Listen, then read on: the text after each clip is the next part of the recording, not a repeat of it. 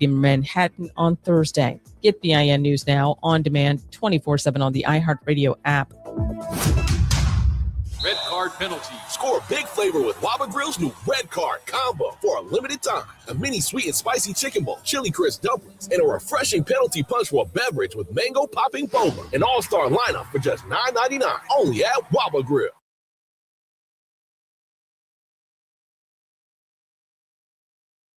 Red Card penalty. Score big flavor with Waba Grill's new Red Card combo for a limited time. A mini sweet and spicy chicken bowl, chili crisp dumplings.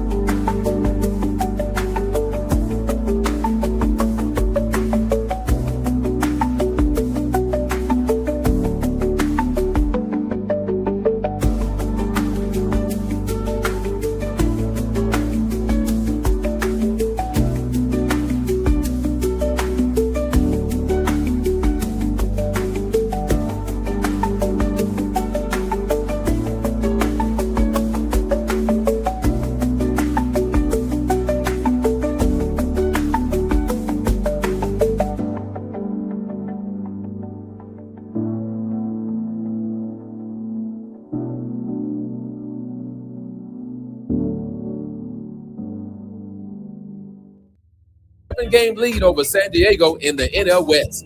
No debates, no speculation, just the info you need. That's your KBLA Sports Minute. I'm Ray Richardson on KBLA Talk 1580.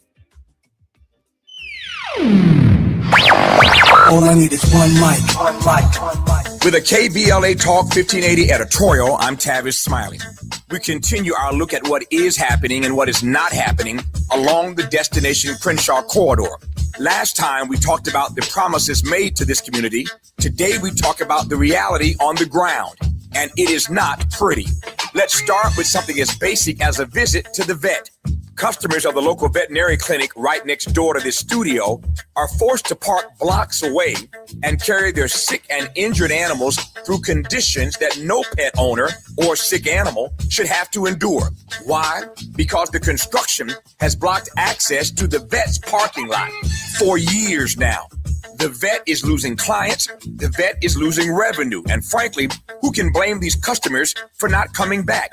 This is but one example of a small Black-owned business being quietly strangled, and nobody at City Hall seems to notice or care. And the conditions along this corridor, they are not just an eyesore, they are a health hazard. Unsanitary conditions and repeated health code violations are doing exactly what you would expect, inviting vermin into our neighborhood. Rodents, pests, the kind of infestation that does not stay in one place. It spreads into homes, into restaurants, into our daily lives for years now. Then there is this. The houseless are finding refuge in the construction cubbyholes and unfinished spaces left wide open along this project. These are precious human beings, to be sure, in desperate situations. But this is also a safety and liability crisis that the city created and has yet to address for years now. In our prior editorial, trying to save some space for Grace, we did not call his name. But after a full week of running the editorial hourly, highlighting the myriad delays, business losses, health violations, safety concerns, and more, we have heard absolutely nothing from City Council President Marquise Harris Dawson. Nothing. Not a word. The council member who represents this district has gone silent. You see why we call this project Procrastination Crenshaw? And so I repeat, Crenshaw deserves better. With a KBLA Talk 1580 editorial, I'm Tavis Smiley. As always, we welcome your feedback.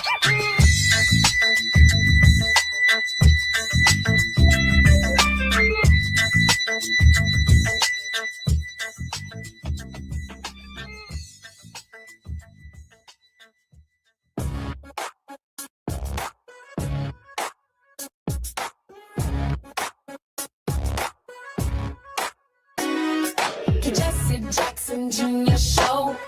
Along The Jesse Jackson Jr. Show. The Jesse Jackson Jr. Show. The Jesse Jackson Jr. Show. Come on and talk with me. Come on and listen to me. Come on and talk with me. Come on and listen to me. KBLA Talk 1580. Download the app.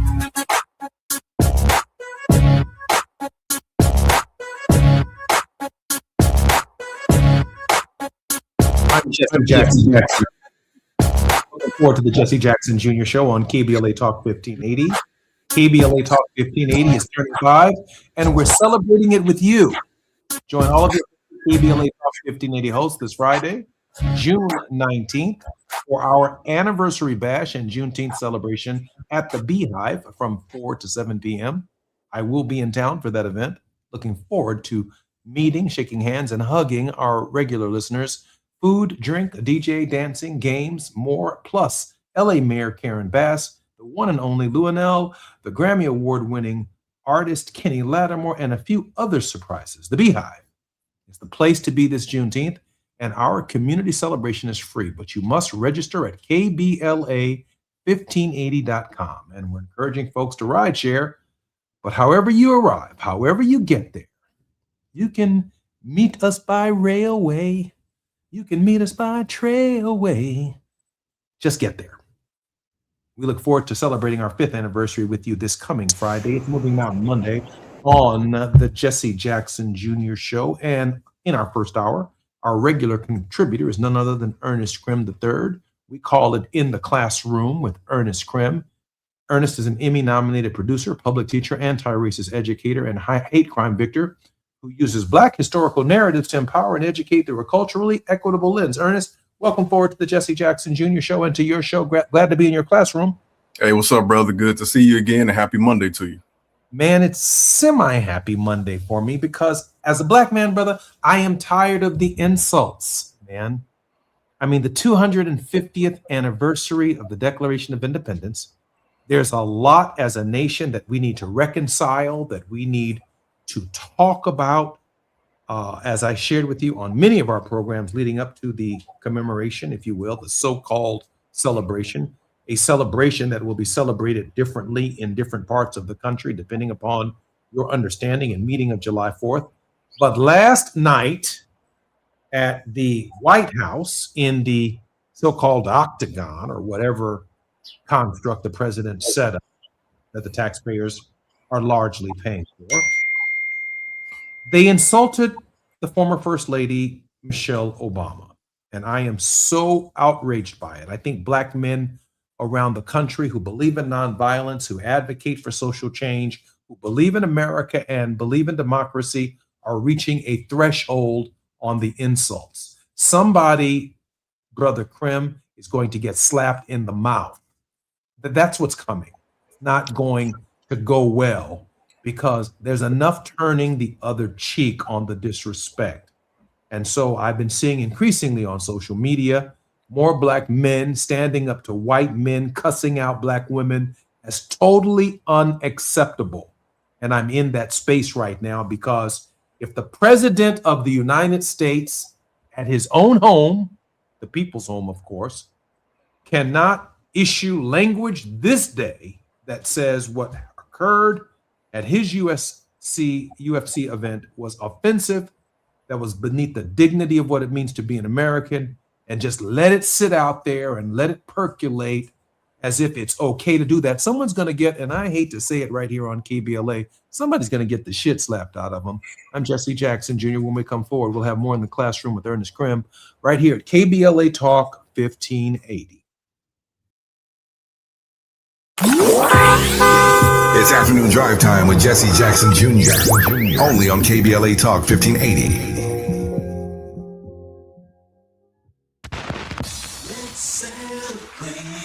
Y'all did it!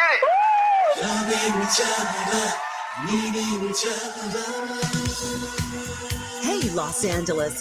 KBLA Talk 1580 is turning 5, and we're celebrating in a big way. Oh my God! Join us Friday, June 19th, Juneteenth, 4 to 7 p.m. at the Beehive for our 5th anniversary bash and Juneteenth celebration. We're talking surprise celebrity guests, a special presentation, and a major announcement you will not want to miss. I can't wait to hear it. Plus, live music, dancing, games, and enough food and drink to keep the party going. Yeah, that's what I'm talking about. Of course, you're welcome to bring your own picnic basket, blanket, and lawn chair. And the best part, it's completely free.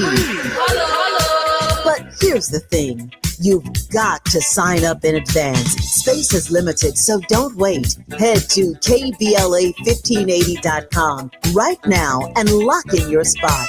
Friday, June 19th, The Beehive, KBLA Talk 1580.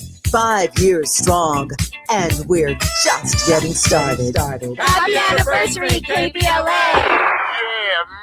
Onyx, I keep having stomach issues. Please make me a doctor's appointment. Okay, are you suffering from diarrhea, bloating, gas, or oily stools? If so, you may want to ask your doctor if it could actually be a problem with your pancreas, called exocrine pancreatic insufficiency, or EPI. My pancreas? How is EPI treated? A prescription medicine like Creon, pancrelipase, is used to treat people who can't digest food normally because their pancreas doesn't make enough enzymes. Creon is the #1 prescribed treatment for EPI. Creon may increase your chance of fibrosing colonopathy, a rare bowel disorder. Tell your doctor if you have a history of intestinal blockage or scarring or thickening of your bowel wall, if you are allergic to pork, or if you have gout, kidney problems, or worsening of painful swollen joints. Call your doctor if you have any unusual or severe gastrointestinal symptoms or allergic reactions. Take Creon as directed by your doctor, and always with food. Do not chew capsules, as this may cause mouth irritation. Other side effects may include blood sugar changes, gas, dizziness, sore throat, and cough. These are not all the side effects of Creon. You can learn more at 1-800-633-9110. Before your appointment, visit creoninfo.com. That's CREON info.com.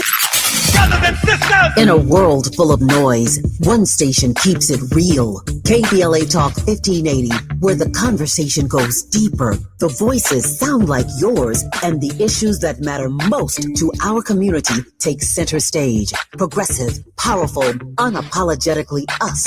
Whether you're driving through the city or tuning in from your home or office, join the public square. KBLA Talk 1580. Your home for talk that enlightens, encourages, and empowers. Listen live on our free KBLA 1580 app, on our website at kbla1580.com, or on your radio dial at 1580 AM. Unapologetically progressive. Now back to more of Jesse Jackson Jr. on KBLA Talk 1580. The Jesse Jackson Jr. Show. The Jesse Jackson Jr. Show. The Jesse Jackson Jr. Show. The Jesse Jackson Jr. Show. King Quality drops the beat. Come on and talk with me. Come on and listen to me. Come on and talk with me. Come on and listen to me. KBLA Talk 1580. Download the app. I'm Jesse Jackson Jr. Welcome forward to the Jesse Jackson Jr. Show. The moment was terribly insulting. Millions of people were watching. It was delivered from a very sacred location, the White House. Our producer has a clip. Gina. Josh Hokett surprised the crowd with a shocking statement during the UFC Freedom 250 event on the White House lawn on Sunday. After Hokett won his bout against fellow heavyweight Derek Lewis, he said this during his post-match interview with Joe Rogan. Michelle Obama is a man. Am I right, America? Some in the crowd could be heard laughing, while others seemed shocked. Rogan did not address the comments, saying only, "Ladies and gentlemen, Josh Hokett." The event was a $60 million made-for-TV spectacle sparked by a suggestion from President Donald Trump and executed by his friend, UFC CEO Dana White. White and Trump sat cage-side on the South Lawn, directly next to WME Executive Chairman and TKO CEO Ari Emanuel. Other notable guests included Meta founder and CEO Mark Zuckerberg and Paramount CEO David Ellison, alongside Paramount streaming chief Cindy Holland, as the event was streamed on Paramount+. Just days earlier, Trump's Department of Justice officially cleared Paramount's $111 billion takeover of Warner Brothers Discovery. Comedians Shane Gillis and Tony Hinchcliffe were also spotted in the crowd at the event. For more on this story, go to THR.com. This is the Hollywood Reporter News. I'm Jesse Jackson Jr. Welcome forward to the Jesse Jackson Jr. Show. You'd expect that some of the notables who were present, Brother Krim, at this event last night, that today they would be issuing all kinds of statements condemning what was said, what was done, the platform, the way in which it was used. Outrageous. Ernest? Absolutely ridiculous. And I think just in general, when I consider what has happened and transpired recently, again, in consideration that he's only been back in office for almost a year and a half, which is unbelievable, almost a year and a half. I think recently with the postings online of the Obama family, Michelle and Barack a few months back, I believe it was, portraying them as apes.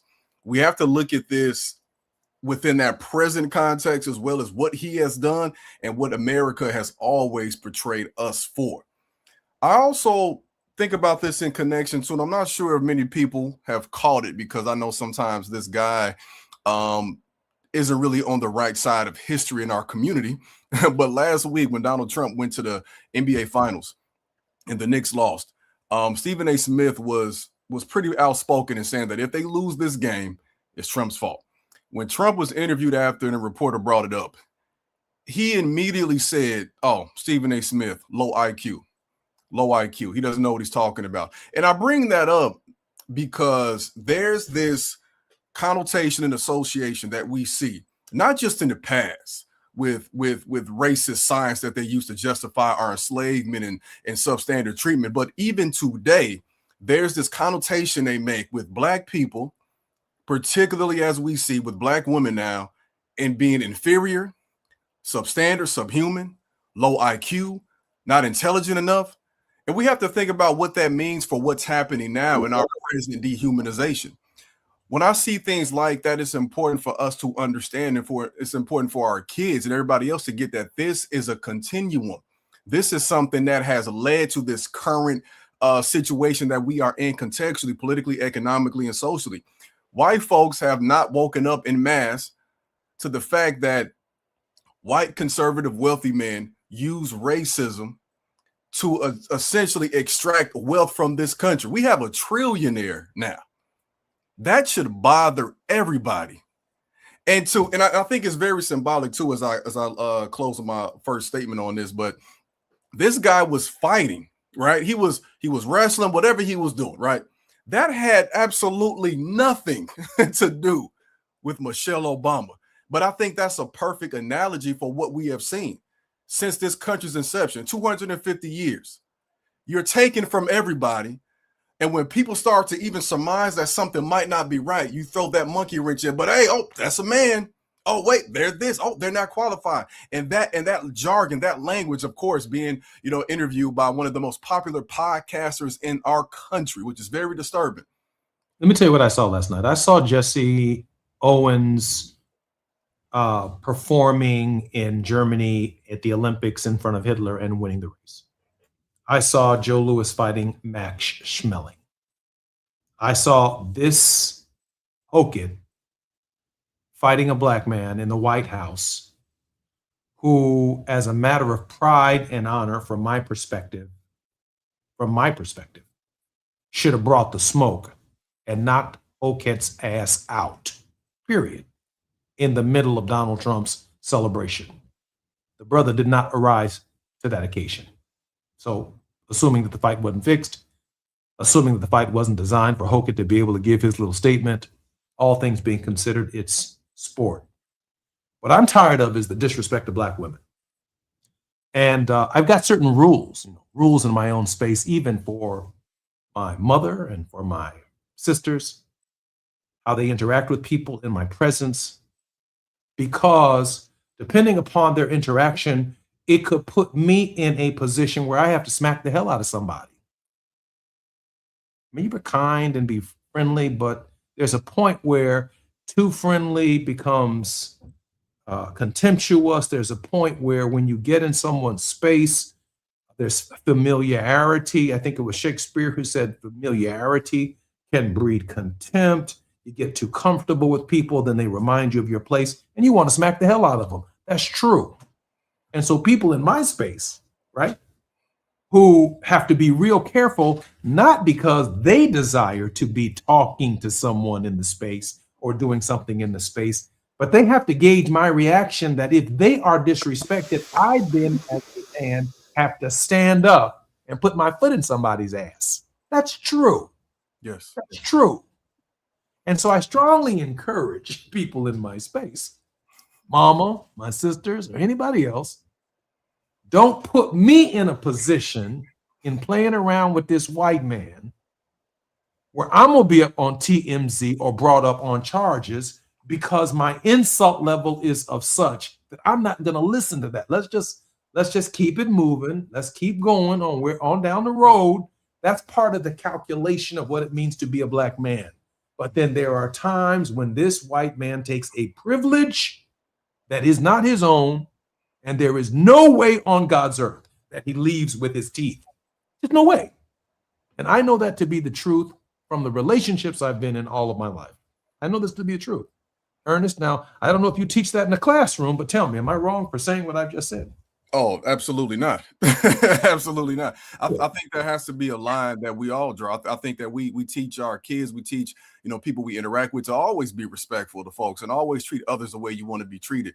And even for myself, there are certain situations I'm willing to swallow my pride.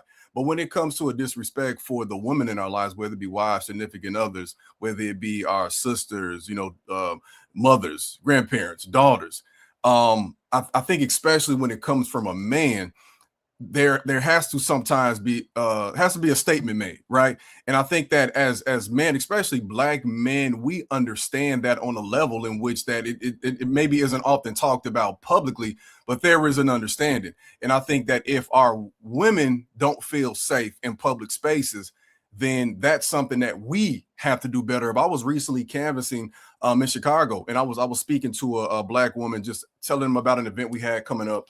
And one of the things she said, they were getting prepared to hand out some food for a food pantry. And I asked her what she thought that the black community in Chicago needed. And she said that black women, we need protection right here, because when we start handing out food, it can get crazy. We need more black men here just to show their presence. And that was deep to me on a lot of levels, because I think we understand what that means too. When we show our presence in spaces, it means something a lot more, right? When we are present in our, kids' life, community's life, when we show up and show out and let people know just by the mere glare in our eyes, we understand what can happen. To me, there's no force greater in this country than us being united as a community and as a family, and understanding that those types of things aren't tolerated. We have long said we respect what Michelle Obama has said in office about when they go, low, we go high. But we understand that there's a time and place for when they go low, then we go even lower.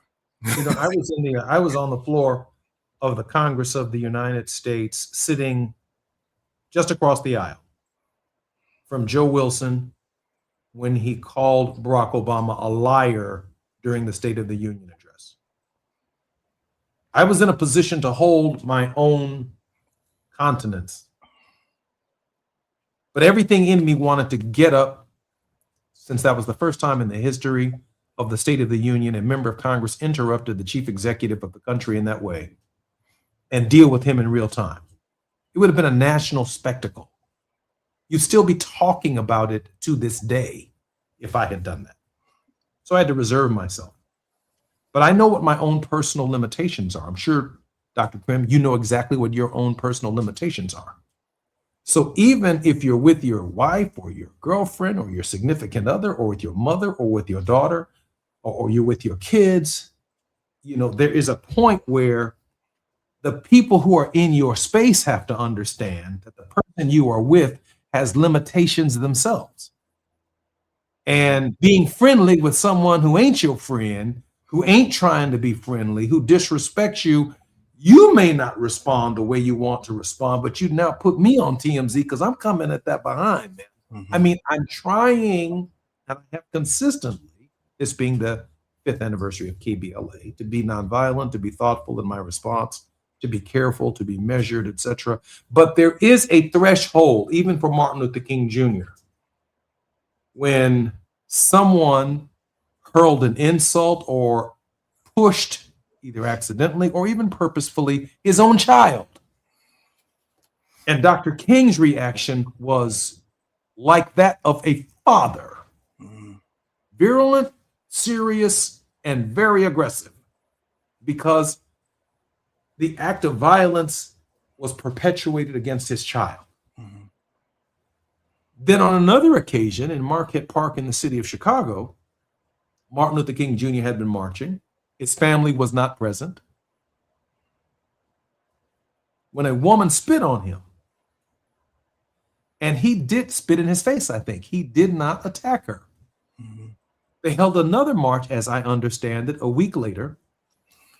And the lady felt so bad about spitting in Dr. King's face that she came back and apologized to Dr. King. And Dr. King's response, according to many reports, was this: I knew you weren't being your best self. You're too good looking of a woman to have responded and reacted to our nonviolent protest for our equal rights in the way in which you did. And he freed her from a lifelong sense of guilt. For just, I believe, a few short years later, Martin Luther King Jr. would be assassinated. But imagine if she had to live the rest of her life knowing that she never apologized to Dr. King for spitting in his face. She couldn't survive a week after having spit in his face because of the way in which he conducted himself. So I've tried to conduct myself, and I believe that all of our movements and efforts, we are trying to conduct ourselves in a way that people can receive the way in which we are conducting ourselves nonviolently. But do not underestimate my insult. Not underestimate my capacity to turn your teeth into trophies and take them home with me. Do not underestimate that capacity. It requires great moral, mental, educational, scholastic strength, philosophical strength, a survey of all of human history and human relationships to keep me off of your behind right here, right now, at this hour. It just does, man. I give a lot of consideration to whether I want to do some more time and whether or not it's worth it. I think that we should, I mean, and just a general rule of thumb, people should be very fearful of those who have committed to that type of lifestyle. If you have said that I am going to do this way by not, using, reacting physically, without fighting, without tearing things down, or the person who appears to be reserved, or the person who has said I'm going to be nonviolent, that is because they have a great capacity for destruction. It takes a lot of maturity for people such as yourself to even realize that I don't want to, and I've grappled with this a lot because I've had to practice restraint, as you know, and it's because I understand that if I go to a certain place, I don't know when I will come back. Brother, listen, brother, I know we got just a few seconds before we come forward, but if I'm the former president of the United States, I understand all this go low, go high. Bro, your wife has been insulted. At some point in time, bro, challenge the guy to a cage match. Meet him wherever he is. But bro, this doesn't just sit there. Man, stand up and show other brothers it's okay to stand up to this BS. I'm Jesse Jackson Jr., man. You're getting the real deal, man. On KBLA Talk 1580. This is the 5th anniversary of KBLA Talk 1580. Looking forward to seeing you guys at the Beehive on Friday. More when we come forward right here on KBLA Talk 1580. It's afternoon drive time with Jesse Jackson Jr. Only on KBLA Talk 1580.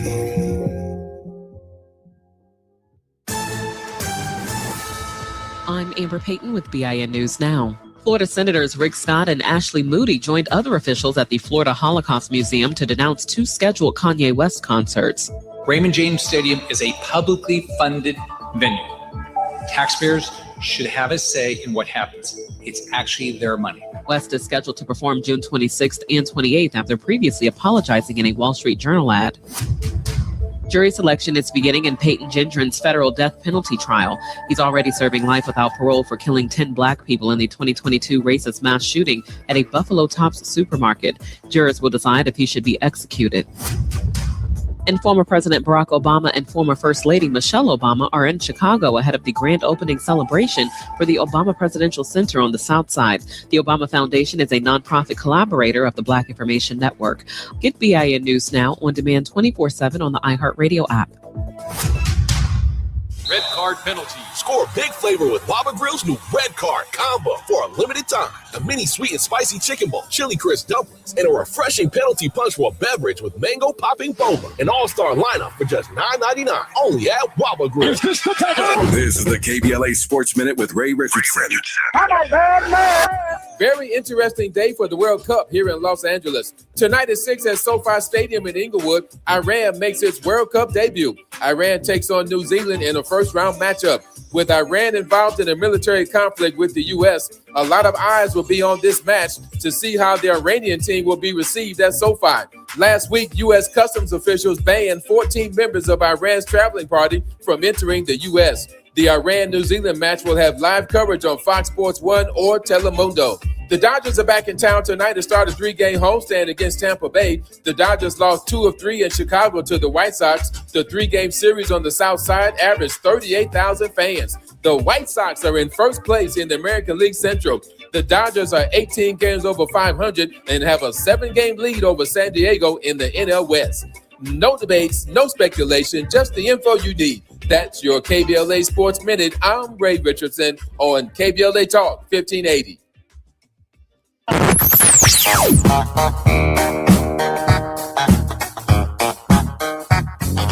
This is KBLA Talk 1580. Talk radio. That's music to your ears. We're unapologetically progressive. KBLA Talk 1580. We've got a lot to talk about.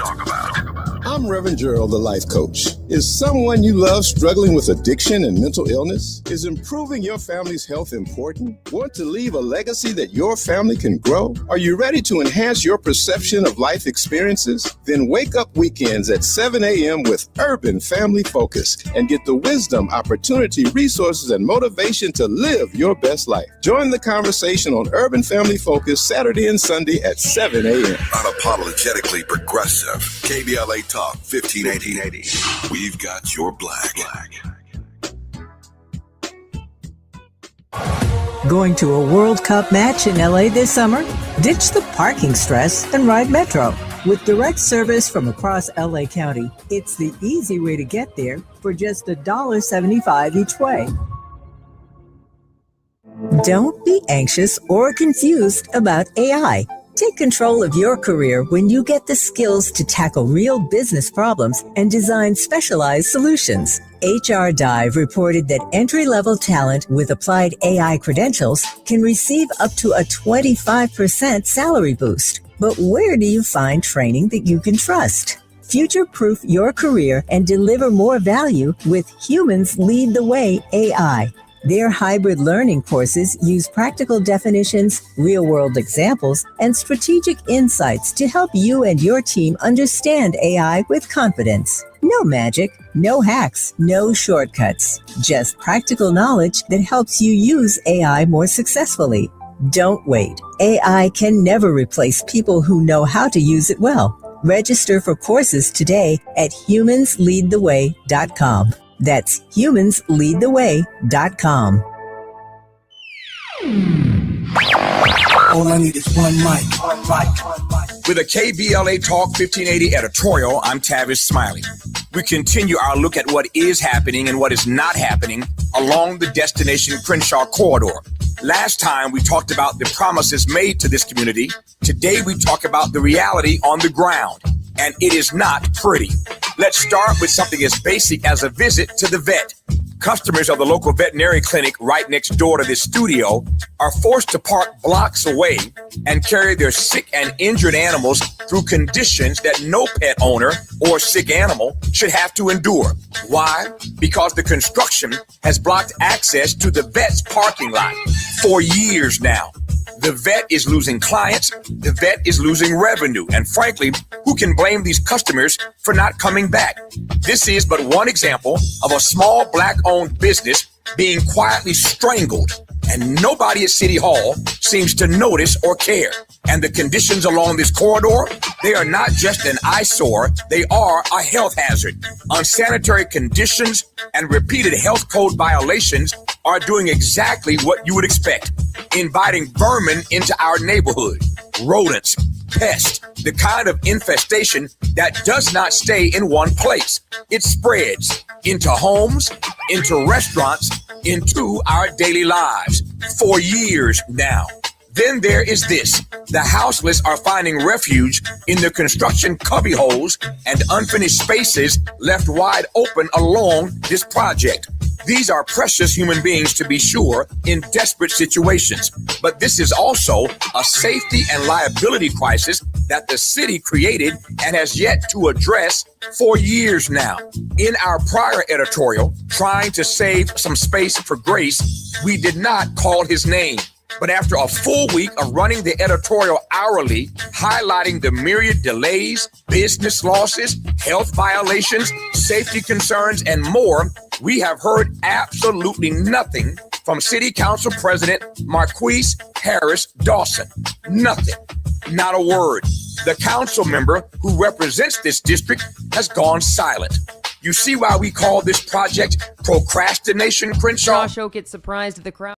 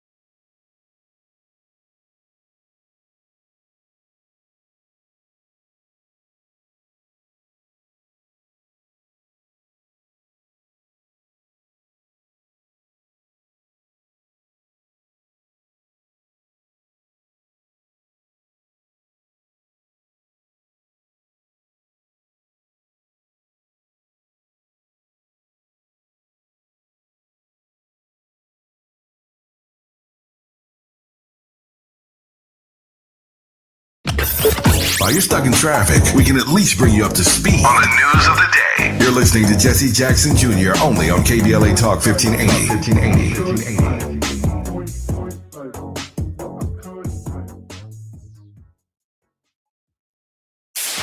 KBLA Talk 1580. We've got a lot to talk about. KBLA Talk 1580, connecting you with services and solutions. The midterm elections are upon us. It is voting season once again. Common Cause's motto is fighting for the democracy we deserve. In service of that goal, Common Cause puts its state and national policy expertise, massive network of grassroots supporters, and nonpartisan approach into action to strengthen our democracy against the challenges we face today. They work at every level of government on priorities that impact each of our lives, like defending the right to vote, limiting big money's influence on our elections, holding public officials accountable, and more. Common Cause is a nonpartisan grassroots organization dedicated to upholding the core values of American democracy. They seek to empower all people to make their voices heard in the political process. This election may be the most important one ever. If you'd like to make a donation or volunteer in service to the Constitution, please visit commoncause.org. That's commoncause.org. This is a community call to action from KBLA Talk 1580.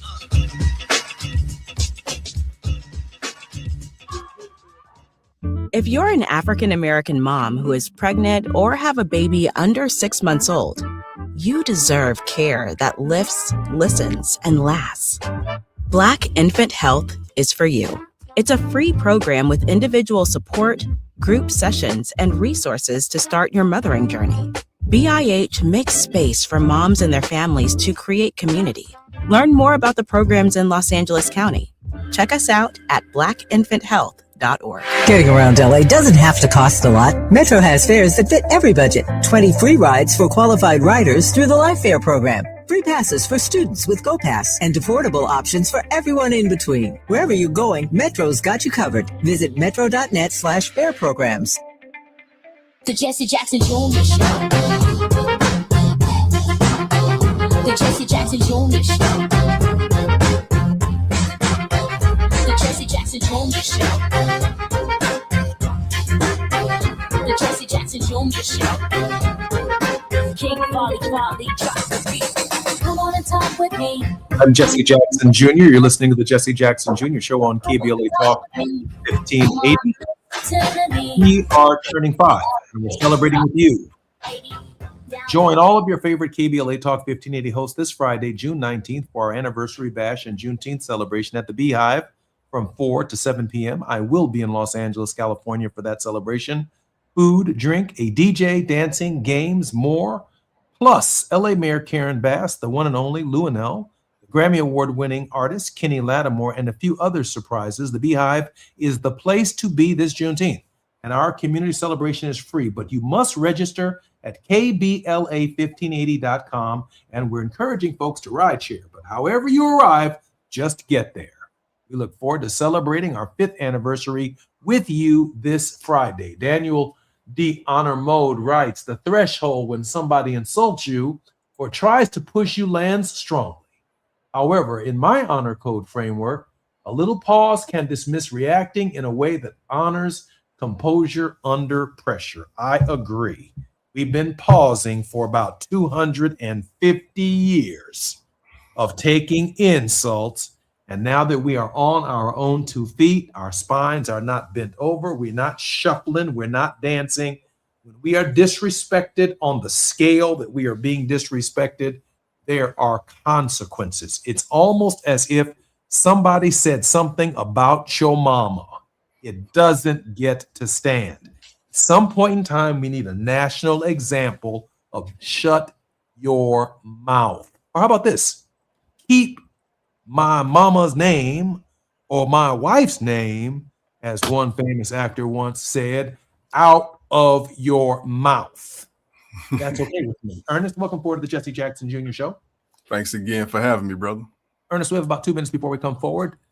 I understand that our producer has a clip. Gina? The Obamas are back in town celebrating the grand opening of the Obama Presidential Center. Former President Barack Obama and his wife Michelle are here days ahead of the grand opening. The former president spent time with families and community members on the center's playground. He went straight to the source to make sure the amenities were up to par. Don't be able to keep you occupied? You don't have stuff to do? All right. I love the dragonfly. The dragonfly thing's super cool. That was one of the coolest things. I don't know that we have an underwater sea castle, but you know, that sounds pretty cool too. The former president then went inside the center to shoot some hoops on the NBA regulation-sized court. The grand opening for the Obama Presidential Center is Thursday, with the public opening on Friday. Be sure to join us Thursday for a sneak peek at the Obama Presidential Center and a look at the former president's legacy in Chicago. Joe Donlin and Erica Sargent host a 1-hour special at 10. I'm Jesse Jackson Jr. listening to the Jesse Jackson Jr. Show on KBLA Talk 1580. The starting of the Obama Presidential Library this coming week on Juneteenth. Believe me when I tell you it has their undivided attention, because it is not only a monument, it is a turning point in our cultural and historical understanding in the form of a museum that will have millions of people a year passing through the structure with an understanding of the type of world that we want to build. a more perfect union for all Americans. And so they want us off message to talk about the Obamas personally. They started a month or so ago, as you correctly and aptly acknowledged, Brother Krim. They started and continued last night to disrupt and inject themselves into this story of the great week that is Juneteenth, our freedom. More when we come back on KBLA Talk 1580 in our final segment in Mr. Krim's classroom.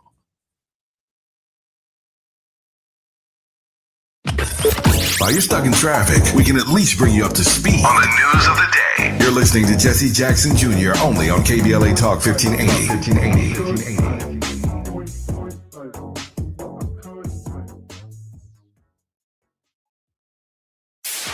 KBLA Talk 1580. We've got a lot to talk about. KBLA Talk 1580 connecting you with services and solutions. The midterm elections are upon us. It is voting season once again. Common Cause's motto is fighting for the democracy we deserve. In service of that goal, Common Cause puts its state and national policy expertise, massive network of grassroots supporters, and nonpartisan approach into action to strengthen our democracy against the challenges we face today. They work at every level of government on priorities that impact each of our lives, like defending the right to vote, limiting big money's influence on our elections, holding public officials accountable, and more. Common Cause is a nonpartisan grassroots organization dedicated to upholding the core values of American democracy. They seek to empower all people to make their voices heard in the political process. This election may be the most important one ever. If you'd like to make a donation or volunteer in service to the Constitution, please visit commoncause.org. That's commoncause.org. This is a community call to action from KBLA Talk 1580.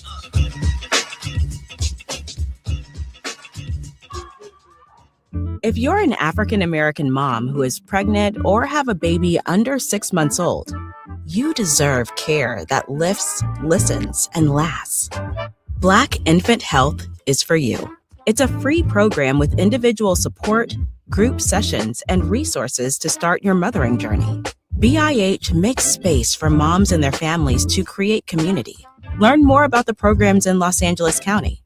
Check us out at blackinfanthealth.org. Getting around LA doesn't have to cost a lot. Metro has fares that fit every budget. 20 free rides for qualified riders through the Life Fare program. Free passes for students with GoPass and affordable options for everyone in between. Wherever you're going, Metro's got you covered. Visit metro.net/fare programs.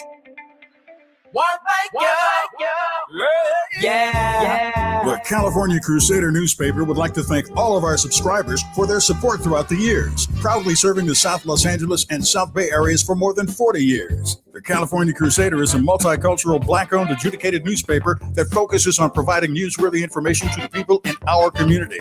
We're constantly looking for ways to assist businesses in our community to connect with our subscribers. We provide low-cost, effective ways to promote your business with our reasonable and affordable advertising rates. You can participate by suggesting, sharing, and submitting your stories on the California Crusader newspaper Community Share Facebook group page, or visit our website at cal-cruise-news.com. That's calcruisenews.com.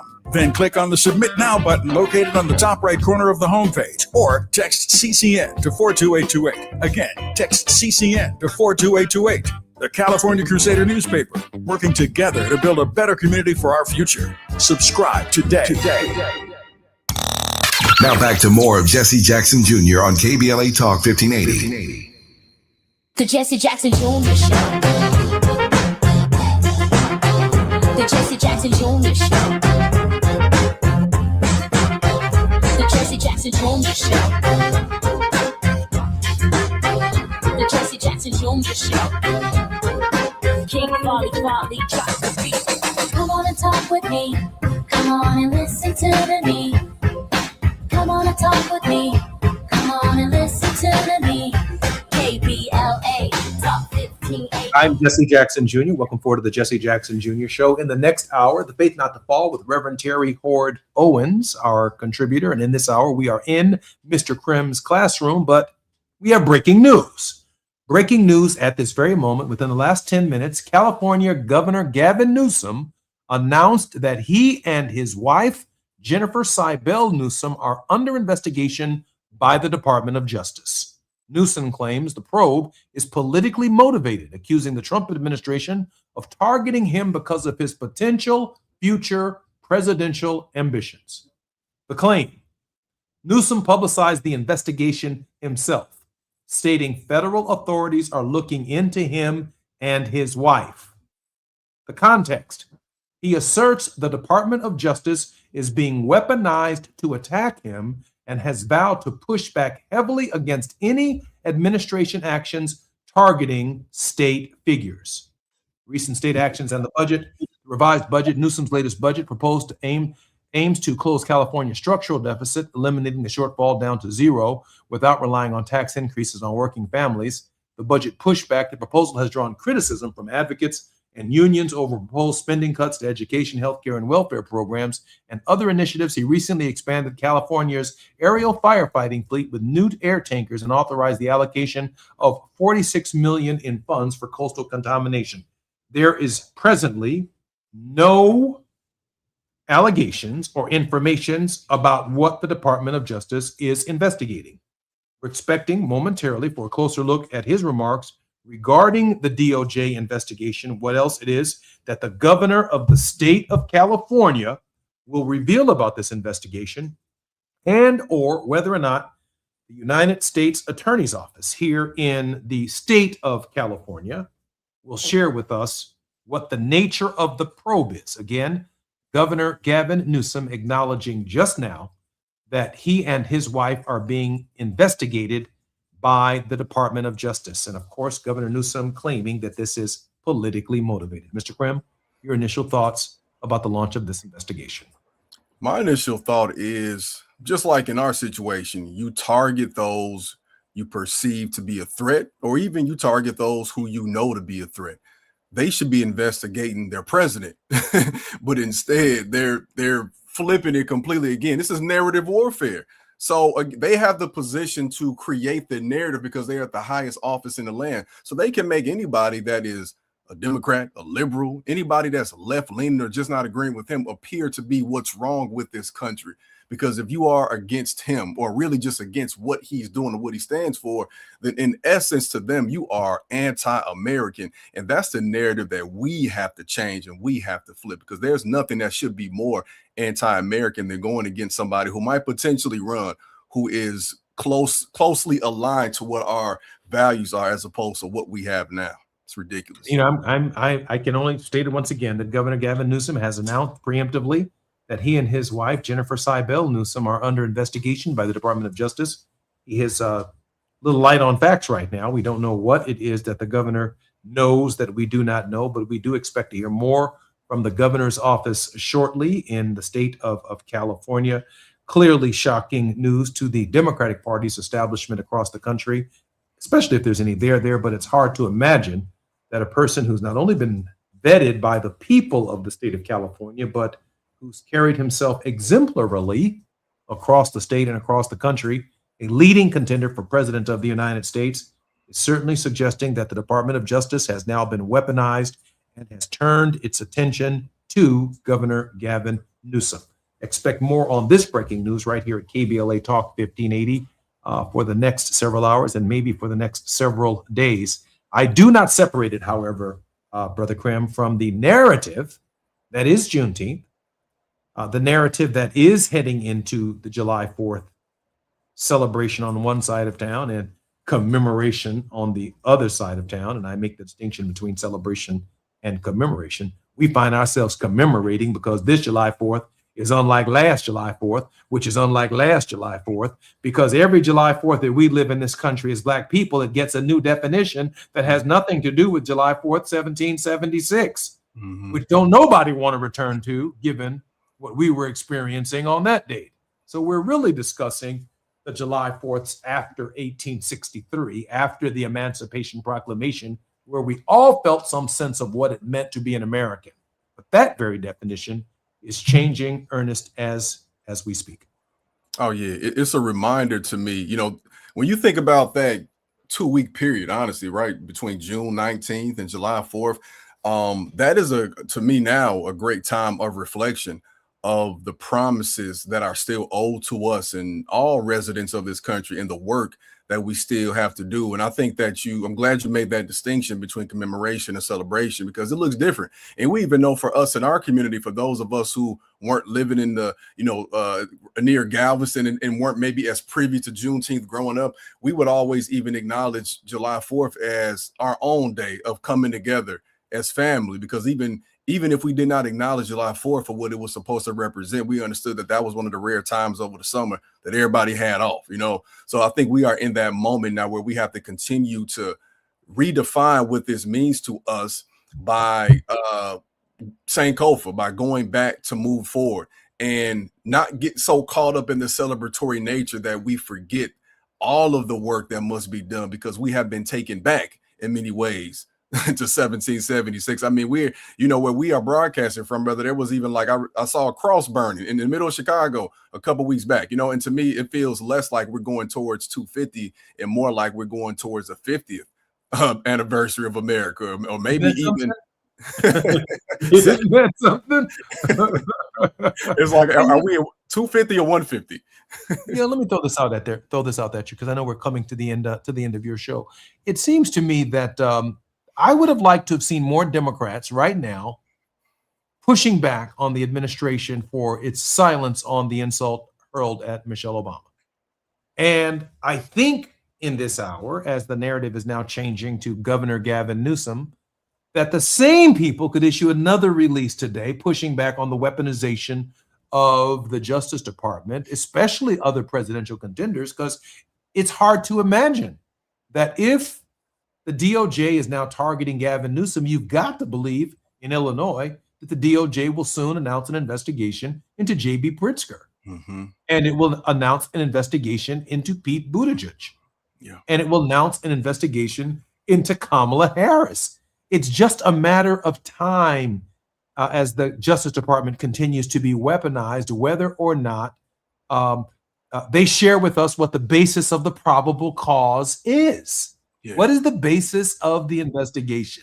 And if they cannot justify the investigation, they shouldn't simply be heading down this course. Ernest, we have about a minute and 30 seconds before we come forward. Your word of hope going into the week. I would just say, folks, let's not continue to fall for the distractions. It's almost like, to me, an analogy of someone getting caught robbing a bank. And when the police come, they just point.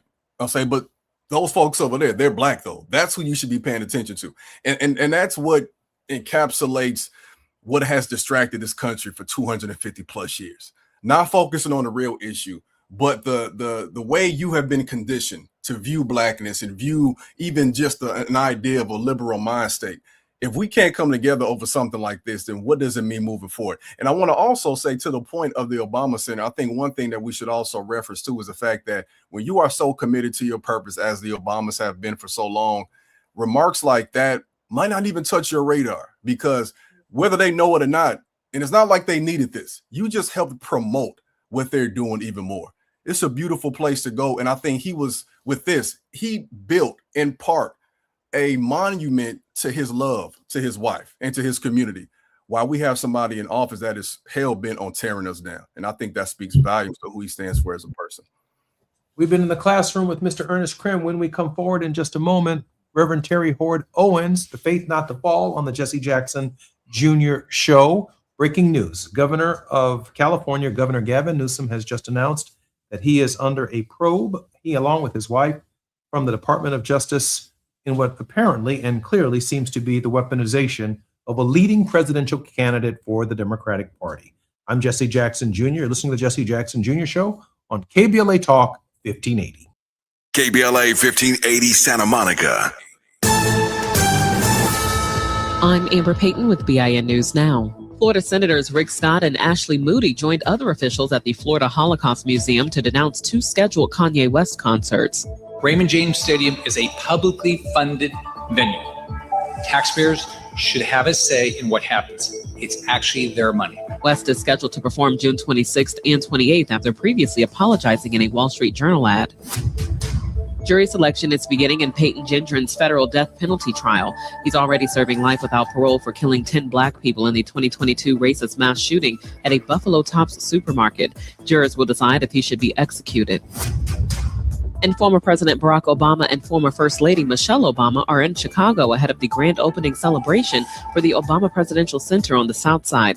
The Obama Foundation is a nonprofit collaborator of the Black Information Network. Get BIN News now on demand 24/7 on the iHeartRadio app. Red card penalty. Score big flavor with Waba Grill's new Red Card Combo for a limited time. A mini sweet and spicy chicken bowl, chili crisp dumplings, and a refreshing penalty punch for a beverage with mango popping boba. An all-star lineup for just $9.99. Only at Waba Grill. This is the KBLA Sports Minute with Ray Richardson.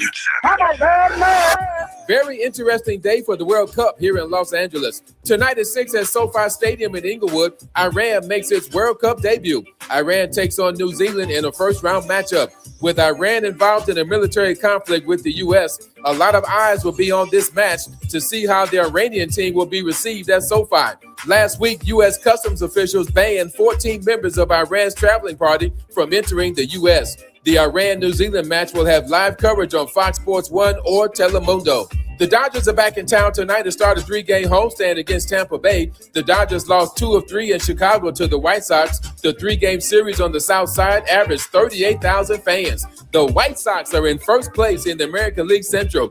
The Dodgers are 18 games over 500 and have a 7-game lead over San Diego in the NL West. No debates, no speculation, just the info you need. That's your KBLA Sports Minute. I'm Ray Richardson on KBLA Talk 1580.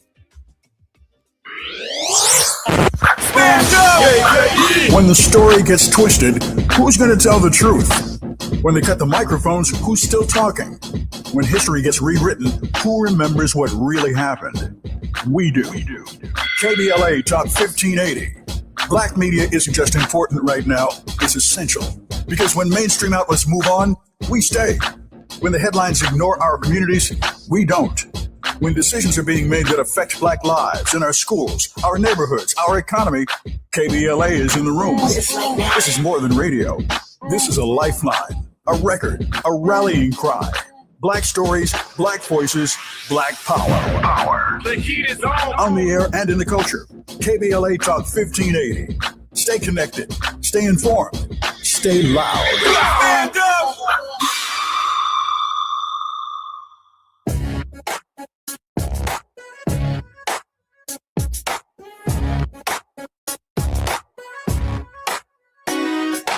Jesse Jackson Jr. Show. The Jesse Jackson Jr. Show. The Jesse Jackson Jr. Show. The Jesse Jackson Jr. Show. Come on and talk with me. Come on and listen to me. Come on and talk with me. Come on and listen to me. KBLA Talk 1580. Download the app.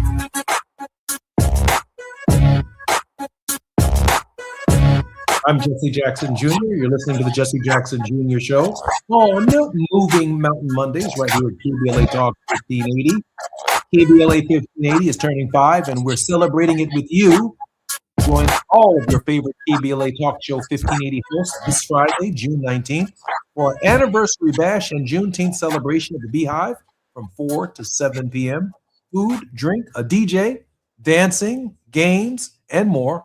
Plus, LA Mayor Karen Bass, the one and only Lou Nell, the Grammy Award-winning artist Kenny Lattimore, and a few other surprises. The Beehive is the place to be this Juneteenth, and our community celebration is free.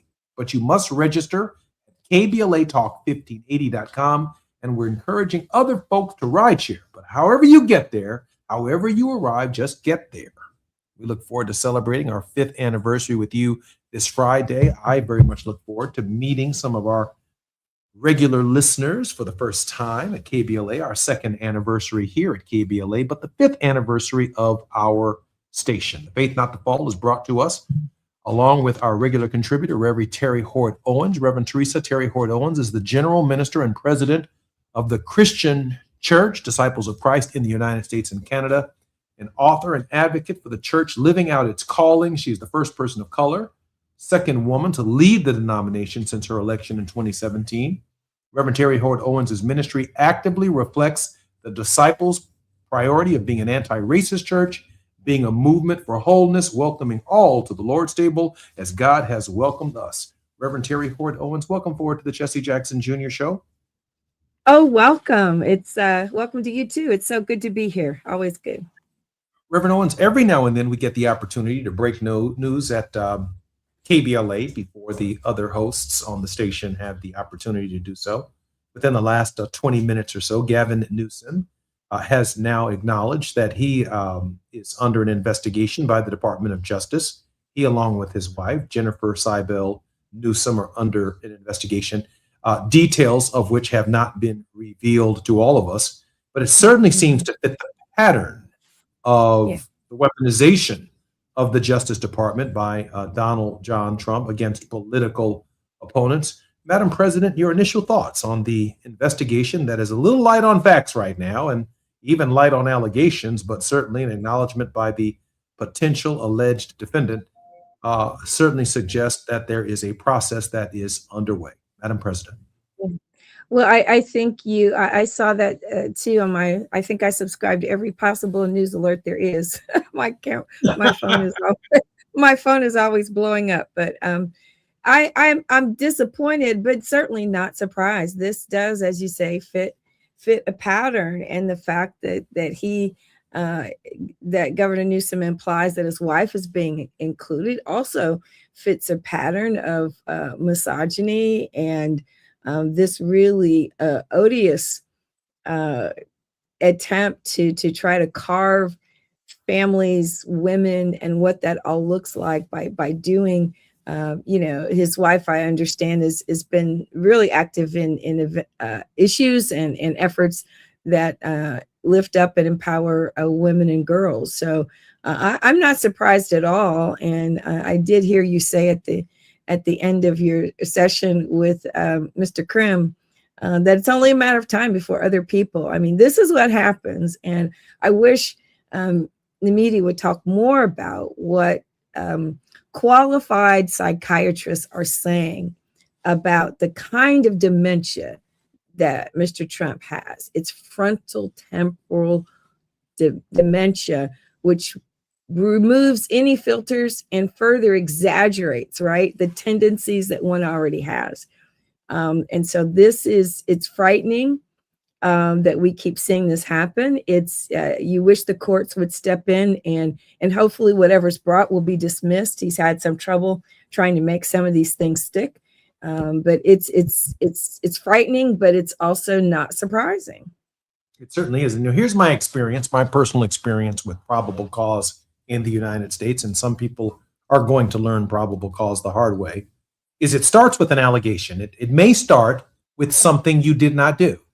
Yeah. For example, my case started with probable cause because some people were meeting discussing a deal to make a United States senator out of me.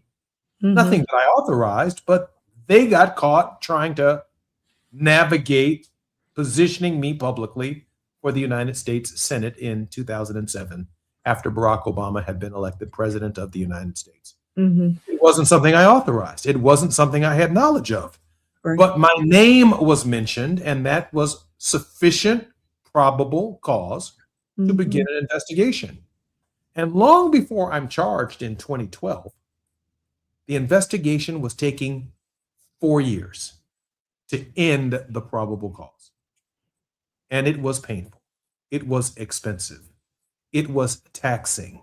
It was life destroying, and it absolutely was depressing, and it was no longer in the news. Mm-hmm. And then, with the government's infinite resources, by 2012, they found everything that they believed I had been doing wrong, to which I was already broke and had to plead to.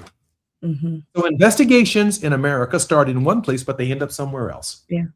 And I think Trump's real goal here, apart from whatever any legal outcome he might get, is to do just that. To drain people, to make it inconvenient, to abuse you in this sort of way. You know, I think it's a form of emotional abuse. He revels in shaming and making things difficult.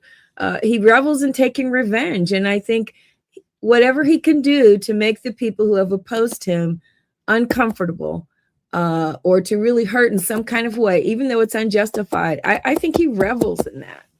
I'm Jesse Jackson Jr., listening to the Jesse Jackson Jr. Show. We're in the Faith Not the Fall with Reverend Terry Hord Owens. When we come forward on KBLA Talk 1580, more with Reverend Terry Hord Owens. I'm very interested in her opinion about what they're doing to Michelle Obama, the horrible event that took place at the White House yesterday, and the horrible comments made about the former First Lady. More on KBLA Talk 1580 when we come forward.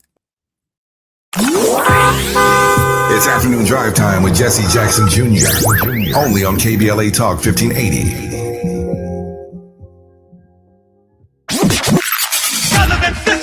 You have something to say, and we want to hear it. KBLA Talk 1580 is engagement radio, not outrage radio. A place where your hopes, your frustrations, and your ideas are welcome 24 hours a day, 7 days a week. Real talk, real people, real Los Angeles. KBLA Talk 1580, the station that sounds like the city looks. Tune in on your AM radio dial at 1580. Download our free KBLA 1580 app or listen live on our website at KBLA1580.com. Unapologetically progressive.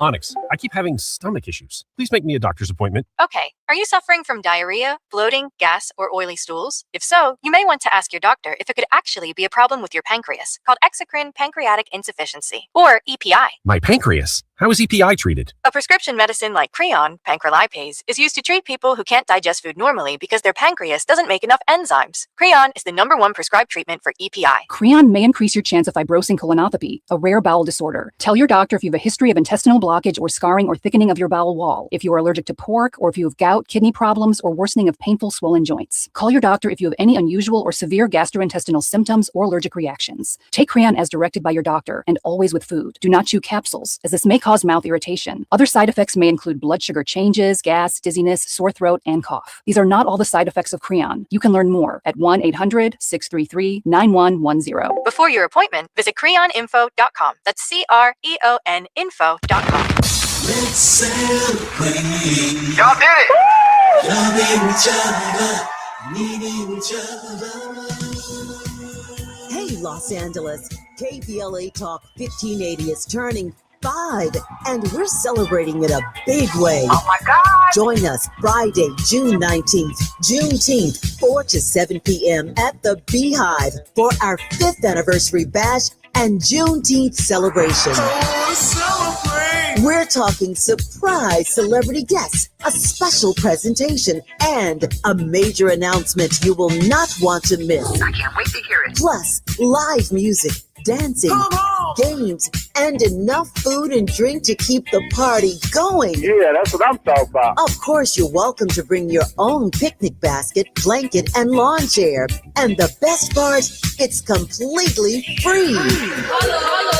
But here's the thing. You've got to sign up in advance. Space is limited, so don't wait. Head to KBLA1580.com right now and lock in your spot. Friday, June 19th, the Beehive, KBLA Talk 1580. 5 years strong, and we're just getting started. Happy anniversary, KBLA! Yeah, man. Now back to more of Jesse Jackson Jr. on KBLA Talk 1580. The Jesse Jackson Jr. Show. The Jesse Jackson Jr. Show. The Jesse Jackson Jr. Show. The Jesse Jackson Jr. Show. King Volley drops the beat. Come on and talk with me. Come on and listen to me. Come on and talk with me. Come on and listen to me. KBLA Talk 1580. Download the app. I'm Jesse Jackson Jr., listening to The Faith Not the Fall on KBLA Talk 1580. If you're on the 405, the 101, the 10, the 118, the 110, we've got more breaking news right here in California. A B-52 bomber has crashed at Edwards Air Force Base in California. A U.S. Air Force B-52 bomber plane crashed at Edwards Air Force Base in California Monday morning, leaving behind a major plume of smoke that could be seen across Los Angeles' counties. high desert. It wasn't immediately clear if anyone was injured or killed in the crash. The Air Force Base is only confirmed on a social media post that a B-52 Stratofortress crashed shortly after takeoff on the base's airfield at 11:20 a.m. Emergency crews immediately responded to the scene, and the situation is ongoing. More information will be provided as it becomes available. A spokesman for the Air Force Base said in a statement, the B-52 Stratoforce is described by the military as a long-range heavy bomber that can perform a variety of missions, known as the backbone of the Manned Strategic Bomber Air Force of the United States. Typically a 5-person crew on such a plane, including an aircraft commander, pilot, radar navigator, and electronic warfare officers. Edwards Air Force Base is located primarily in rural southeast Kern County. Part of the base stretches into East San Bernardino County, North LA County, not far from Lancaster. And so if you saw a plume of smoke a little less than an hour ago, that is exactly what it was. Our hopes and prayers are for the men and women who serve our country. We have a clip that we'd like to play on that. A B-52 military jet crashed shortly after takeoff at Edwards Air Force Base. Let's go right up to KTLA 5's Rich Prickett in Sky 5. Rich. Lauren, yeah, sadly, there's not much left of this massive B-52 that crashed shortly after takeoff from Edwards Air Force Base up here in Kern County. You can see the first responders that are here now. Not much information has been provided just yet. This happened around 11:30 this morning. No word on how many souls might have been on board or if there's any survivors, but you can see what is left of that plane. There was a massive black plume of smoke that could be seen for miles shortly after the crash. It's not too far from the base itself. I'll widen out here and kind of give you the topography here. You can see we're out here based in the desert, and there is the airport there, and there's actually another picture of a B-52. So that just gives you an idea of the type of plane that is reported to have crashed shortly after takeoff here at Edwards Air Force Base. Of course, as we get more information throughout the day, it'll certainly be passed along, but a B-52 crash lands and explodes shortly after takeoff near Edwards Air Force Base. I'm Jesse Jackson Jr. While there has been no report on the loss of life, when one sees the nature of the damage, it's not very encouraging. And so our thoughts and prayers are with our armed servicemen and women at this hour. Madam President, your thoughts, I think, initially on the B-52 and the tragedy for those families? Potential tragedy. Certainly, we hold those families, their loved ones and friends, and their colleagues in the armed forces in prayer. I think when you go into training in the military, there's always a possibility, right, of loss of life. And when you fly, hopefully accidents are rare, but this is concerning given the fact that it's the United States military and a B-52 bomber. And if it's indeed the backbone of our military, then I'm sure there will be some investigations into what went wrong here. It's disturbing from that standpoint that this is such a trusted vehicle, but most importantly, those service persons who were on board, we certainly are thinking of them and their families. It's just tragic. I agree. There's not a lot of encouraging news in that image. I'm Jesse Jackson Jr., listening to the Jesse Jackson Jr. Show on KBLA Talk 1580. A lot of discouraging news generally in California today. Gavin Newsom just announced an investigation by the Department of Justice into him as well as his wife's activities. We don't know what those activities are, but we should be hearing information probably before the day is over from the Department of Justice. Looks very much consistent with the pattern of the weaponization of the Justice Department. And the other bad news out of California is a B-52 Stratofortress has crashed at Edwards Air Force Base. Madam President, let me swing to the other coast if I can for just a moment. That was quite a spectacle we saw yesterday at the White House, only to be topped off by some insulting remarks made by one of the UFC fighters against the former First Lady. Madam President, as an African-American woman, let me just let you opine on this for a minute. Take your time. There are no words, and the Church of Jesus Christ would caution me not to use certain language. But the very idea, and I believe the man in the clip that I saw had brown skin. So I don't know anything about this kind of fighting or this kind of sports. I don't know if the man was Black, Hispanic, whatever. He was clearly not white. But the very idea that out of nowhere, he would choose in that particular crowd to make that kind of statement, it was intentionally inflammatory, intentionally offensive, and it simply reflects the patriarchy, the white supremacy, and certainly the misogyny. You know, Black women have carried so much for the nation and certainly for our people, and we're all different shades, sizes, heights, weights, temperaments, and we have never, because Western beauty standards have never been based on our phenotype. We've never measured up to them. And so we have always tried to include ourselves in our own frame of reference and decide for ourselves what beauty really looks like. Even when sometimes Black men have tried to hold Black women to that Western Eurocentric standard of beauty, we've had to really fight for our own sense of dignity. And I doubt very seriously if Michelle Obama will give this another thought. She doesn't have to, but she will understand that such statements have to be addressed, and they have to be called out for what they are. And it's hate speech, it's misogynistic speech, it's racist, because we cannot continue to perpetuate this idea that somehow Black women are less feminine, that they are less smart, that their strength can't be feminine. Why can't female strength be feminine? Why does female strength always have to be somehow framed and clothed as though it's manly or masculine? I have always resisted in my own ministry having to look or sound like a man in order to be accepted. And I don't know what's in this person's head, what's in his thoughts, but Michelle Obama is one of the smartest and most accomplished first ladies we've ever had, one of the smartest and most accomplished Black women in history. So it's offensive for that. But we've got a real problem in this country about how we treat the femininity of Black women and how we treat the strength of Black women. We're too smart, too strong, aggressive, that angry Black woman trope. I deal with that more times than I care to count, even in my own role.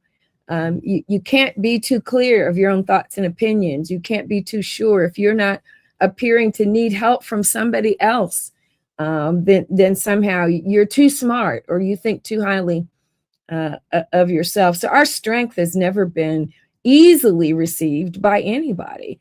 And I certainly hope that Black women who are out there understand what a deadly and devastating kind of disgrace this is to call Michelle Obama, of all people. Now, first, the Obamas were apes, and now Michelle Obama is not a man. Is a man. Yeah, check this out. Now, Madam President, I'm insulted as a Black man, as a Black male. I'm outraged by this. I've known Michelle since she was in high school at Whitney Young. She was a classmate of my sister's at Whitney Young High School, and we spent a lot of time growing up together. I'm insulted by this. Yeah, absolutely. And I believe in nonviolence. I believe in spirit energy that emanates from the White House. In fact, that is how you and I met, discussing America as a theological experiment. And the spirit energy that is emanating from the White House is so demonic, so unkind, and so mean. Yeah. That challenges my personal ability to remain civil, decent, and in order with respect to the kinds of insults that if Donald Trump's circus and charade gets to level at the former First Lady of the United States, it means that my mama's next. Yeah. It means that you're next. It means my daughter's next. It means my older sister and my baby sister are next. And now I've reached a threshold. I am going to smack someone in their mouth if they issue this insult. And it is perceived by anyone that it's going to go unresponded to. My pride is at stake. My insult level is at stake. Yeah. And I'd like to see the former president of the United States. I know this week he's got to go high. And I know Obama this week on Juneteenth, they've got to go high. But at some point in time, we have an insult level. You don't get to say this about us without a response. Yeah. Whether that's a lawsuit, whether that is defamation of character, whether it is inflammatory, whether it has it can be quantified in a way to justify some kind of legal theory for what it represents. To use public land, to use a public platform to render an attack for someone who's essentially a private citizen, Madam President, I've had enough. Am I, as a Christian, am I righteous in my anger? No, it's what I will call flipping tables time, right? Jesus in that last week, enough is enough, and it's simply evil. There's no other. I used to try to avoid using that word and labeling people with whom I disagree, using that word evil, and I just don't anymore, because that's flat out what it is. It is simply evil. I think you're right. It's certainly a demonic spirit. And a demonic spirit, if you believe, as I'm always saying, about God's limitless love for us all, no matter who we are, how we're created, you violate that love whenever you completely insult and dehumanize anyone else. And that's what's happened here. This attempt to dehumanize a Black woman, to dehumanize us. There's a historical record here, obviously, of the whole narrative of slavery was to dehumanize us first, so that all the things that they said applied even in Christianity could not then apply, because we were objects of mission and rescue and not human beings. But this is, you're well within your rights. I have been wrestling with it. My husband and I saw this clip last night. We were out of town and came back, and I've been wrestling with how I will respond. I feel like I need to, but I also know that I need to give myself a couple of beats just to create some language that will not be as offensive in retaliation, that will be received in a way that's healthy. But Viktor Frankl hit it right on the head. Between stimulus and response, there is this space. I want you to know, last night I was stimulated. He tilted me. He pushed all of my buttons.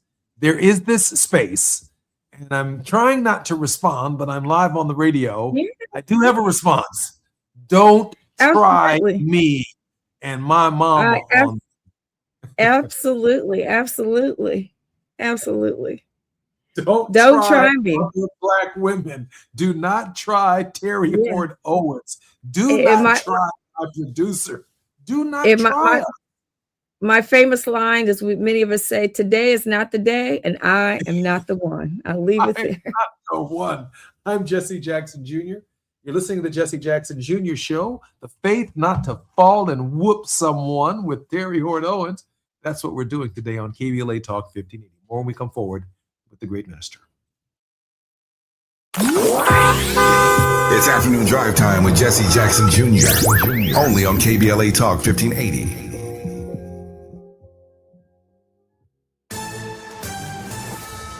I'm Amber Payton with BIN News Now.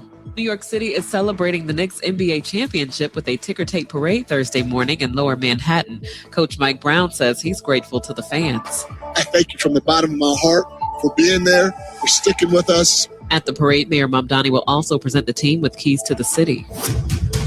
Tyra Banks has filed a defamation lawsuit against Netflix over its documentary Reality Check Inside America's Next Top Model. Banks says she participated in the documentary, but alleges her comments were taken out of context and edited to support what she calls a false and defamatory narrative.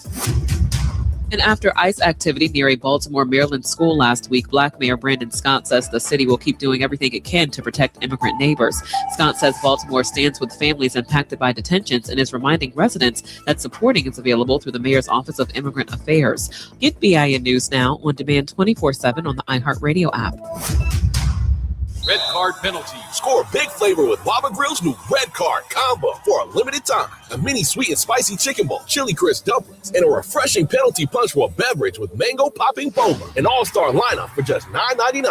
Only at Baba Grill. This is the KBLA Sports Minute with Ray Richardson. Very interesting day for the World Cup here in Los Angeles. Tonight at 6 at SoFi Stadium in Inglewood, Iran makes its World Cup debut. Iran takes on New Zealand in a first-round matchup. With Iran involved in a military conflict with the U.S., a lot of eyes will be on this match to see how the Iranian team will be received at SoFi. Last week, U.S. Customs officials banned 14 members of Iran's traveling party from entering the U.S. The Iran-New Zealand match will have live coverage on Fox Sports 1 or Telemundo. The Dodgers are back in town tonight to start a 3-game homestand against Tampa Bay. The Dodgers lost 2 of 3 in Chicago to the White Sox. The 3-game series on the South Side averaged 38,000 fans. The White Sox are in first place in the American League Central. The Dodgers are 18 games over 500 and have a 7-game lead over San Diego in the NL West. No debates, no speculation, just the info you need. That's your KBLA Sports Minute. I'm Ray Richardson on KBLA Talk 1580.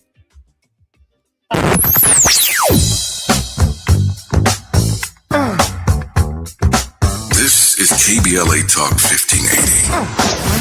Talk radio. That's music to your ears. We're unapologetically progressive. KBLA Talk 1580. Hear that? That's the sound of your life.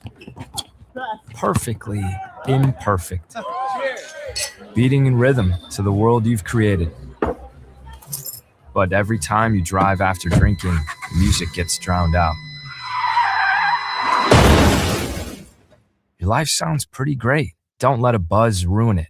Buzz driving is drunk driving. Don't drive buzzed. A message from NHTSA and the Ad Council. In a world full of noise, one station keeps it real. KBLA Talk 1580, where the conversation goes deeper, the voices sound like yours, and the issues that matter most to our community take center stage. Progressive, powerful, unapologetically us. Whether you're driving through the city or tuning in from your home or office, join the public square. KBLA Talk 1580, your home for talk that enlightens, encourages, and empowers. Listen live on our free KBLA 1580 app, on our website at KBLA1580.com, or on your radio dial at 1580 AM. Unapologetically progressive. All I need is one mic. With a KBLA Talk 1580 editorial, I'm Tavish Smiley. We continue our look at what is happening and what is not happening along the Destination Crenshaw corridor. Last time we talked about the promises made to this community. Today we talk about the reality on the ground, and it is not pretty. Let's start with something as basic as a visit to the vet. Customers of the local veterinary clinic right next door to this studio are forced to park blocks away and carry their sick and injured animals through conditions that no pet owner or sick animal should have to endure. Why? Because the construction has blocked access to the vet's parking lot for years now. The vet is losing clients, the vet is losing revenue, and frankly, who can blame these customers for not coming back? This is but one example of a small Black-owned business being quietly strangled, and nobody at City Hall seems to notice or care. And the conditions along this corridor, they are not just an eyesore, they are a health hazard. Unsanitary conditions and repeated health code violations are doing exactly what you would expect, inviting vermin into our neighborhood.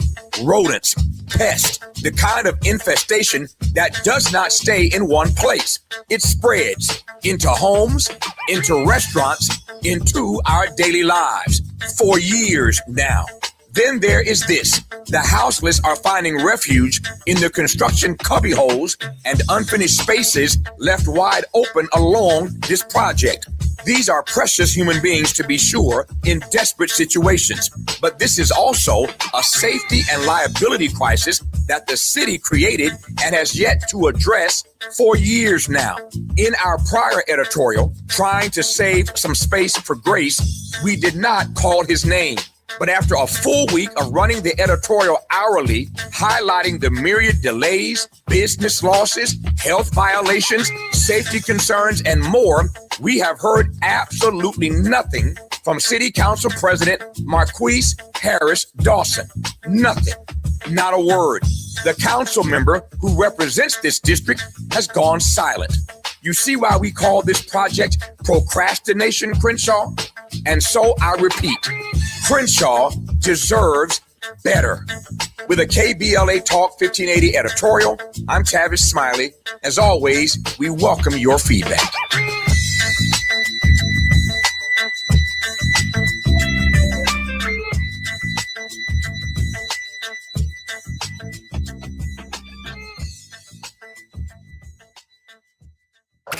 You're listening to Jesse Jackson Jr. on KBLA Talk 1580. The Jesse Jackson Jr. Show. The Jesse Jackson Jr. Show. The Jesse Jackson Jr. Show. The Jesse Jackson Jr. Show. King Volley drops the beat. Come on and talk with me. Come on and listen to me. Come on and talk with me. Come on and listen to me. KBLA Talk 1580. Download the app. I'm Jesse Jackson Jr. Welcome forward to the Jesse Jackson Jr. Show and the Faith Not to Fall with Reverend Terry Hord Owens. More information is coming forward on the investigation into Governor Gavin Newsom by the Department of Justice. California Governor Gavin Newsom says the Justice Department is investigating him and his wife. California Governor Gavin Newsom, in a video posted to X, Newsom said federal agents have sought to speak to his family, friends, and former employees, demanded records, and dug through years of documents. He accused the Department of Justice under President Trump of abusing the grand jury process. Donald Trump isn't just coming after me because of my mean tweets, Newsom said. He's coming after me because I'm considering running for president, because he hates that I consistently called him out over and over again for his lies and deceit. Donald Trump is simply the most corrupt president in American history. Newsom cited other perceived political enemies of Mr. Trump, including New York Attorney General Letitia James, former FBI Director James Comey, former Federal Reserve Chairman Jerome Powell, who've been investigated by the Justice Department. The governor said he has joined the president's hit list. Quote, today my wife and I joined Donald Trump's hit list. He has directed the Department of Justice to investigate us. They have not found a crime. They are simply trying to find one. He isn't coming after me because of mean tweets, but because I am considering running for president. Awful. That's my initial opine, but we'll be dealing with this over the next couple of days with this breaking story, breaking right here on KBLA Talk 1580. In this hour, she's earned a Master's of Divinity degree from the University of Chicago Divinity School, where she was a disciple, divinity house scholar, and a recipient of the John Gray Rind Award given to the top MDiv graduates at the Divinity School. Reverend Terry Hord Owens is a native of Terre Haute, Indiana, and a descendant of one of Indiana's oldest African-American free settlements. But today, she is the General Minister and President of the Christian Church Disciples of Christ in the United States and Canada, meaning she is not just within the United States. She is a global figure, an author, and an advocate for the church living out its calling. She is the first person of color and only the second woman to lead the denomination. Reverend Terry Hord Owens, welcome forward to the Jesse Jackson Jr. Show. Thank you so much. It's always good to be here. Madam President, I'm sure there's some thoughts on your mind and some issues that you want to cover, and I'm more than welcome to delve into those issues. But I do want to ask you the question. No one is safe if the President of the United States, in his own mind, and the Department of Justice is in their own thinking, is beyond the criticism of offering a critique of the President of the United States.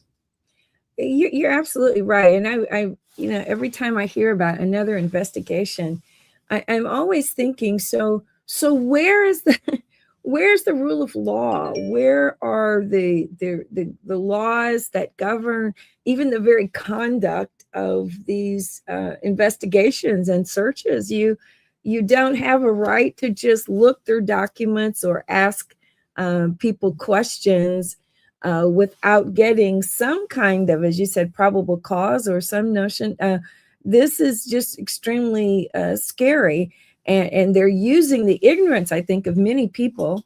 If indeed people are talking to them, they shouldn't be talking to them. You don't have, that's what has been one of the most important battles against what we're doing to immigrants and other people in our country, to kind of know your rights and simply say no. But we need people to the extent that they can to not participate, even in these very early stages of what I think is really illegal activity. It's a violation of the constitutional amendment against reasonable searches and seizures. And the fact that we know so little about the grand jury process itself is another problem. I think there's probably room, you're referring to constitutional amendments. There's probably room for some revision of how this grand jury system works, because we've already seen it be violated and abused, but for the words of some people who were thrown out of the grand jury process and spoke up about it, we might not know. So our people are shaking the very foundation of what we say the system is supposed to be established on, and the very ways that people have the ability to defend themselves. But this is petty. I don't know if you're familiar with a woman named Liz Oyer, Oyer. She has a social media presence as Lawyer Oyer, Oyer. She is the former pardon attorney for the Department of Justice. And I have found her posts to be really helpful and revealing. She does regular updates about what is wrong with what the Justice Department is doing. And she was fired because she would not move forward with a pardon that the president wanted to give. She felt it was an abuse of the power, and she was fired probably about 6 months ago. So there's all kinds of craziness that's going on, and it's fascist, it's authoritarian. It brings to mind not only the Nazi regime, but Italy. It brings to mind every other dictatorship known in human history. They dehumanize people. They go after the media, and fear is their top tactic. Fear is their top tactic, and somehow I find it interesting that I find it fascinating that Elizabeth Oyer, who was the head of the pardon department under Joe Biden, thought that it was okay to pardon the Biden family, without a single criminal indictment other than for Hunter Biden. Yeah. That's a really good point. That's a really good point. And then he left the rest of our families in felonization forever. Yeah. With no explanation at all for the illegal. That's a really good point. That's a really good point. And sometimes he doesn't come home until she was clearly affected by the mess herself. And she didn't resign. She did what she was told to do, and she did it. So she doesn't get to pick and choose her hypocrisy. But I do want to say this: if I put on my political hat, I would swear that Donald Trump has a poll that says at this hour that Michelle Obama's leading in a heads-up race with him for president of the United States in 2028, with full knowledge that he cannot run again, that she's leading all Republican candidates, that Gavin Newsom is doing the same, that probably up next is J.B. Pritzker or Pete Buttigieg, who, just as sure as I'm sitting here talking to you under the same poll, can count on federal investigations. Sure. Absolutely. Within the next couple of weeks for something they've done because of the nature of the weaponization. Madam President, it feels like it's not just random, it's not arbitrary. He's going right down the political hit list. I'm Jesse Jackson Jr. More on the Faith Not the Fall with Reverend Terry Howard Owens when we come forward right here on KBLA Talk 1580. While you're stuck in traffic, we can at least bring you up to speed on the news of the day. You're listening to Jesse Jackson Jr. only on KBLA Talk 1580.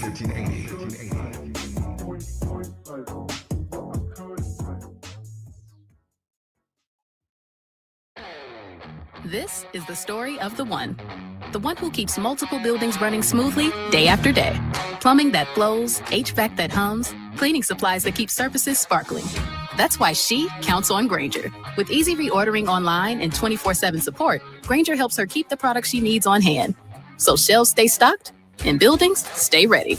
Call 1-800-GRAINGER, click Grainger.com, or just stop by. Grainger, for the ones who get it done. Lots of places can expose you to identity theft. Oh no. That's why LifeLock monitors hundreds of millions of data points a second for threats to your identity, which is way more than anyone can do on their own. If we find anything suspicious, like new loans or changes to your financial accounts, we alert you right away, all through text, phone, email, or the LifeLock app. Get the alerts that could make all the difference. Save up to 30% with promo code NEWS at lifelock.com. Terms apply.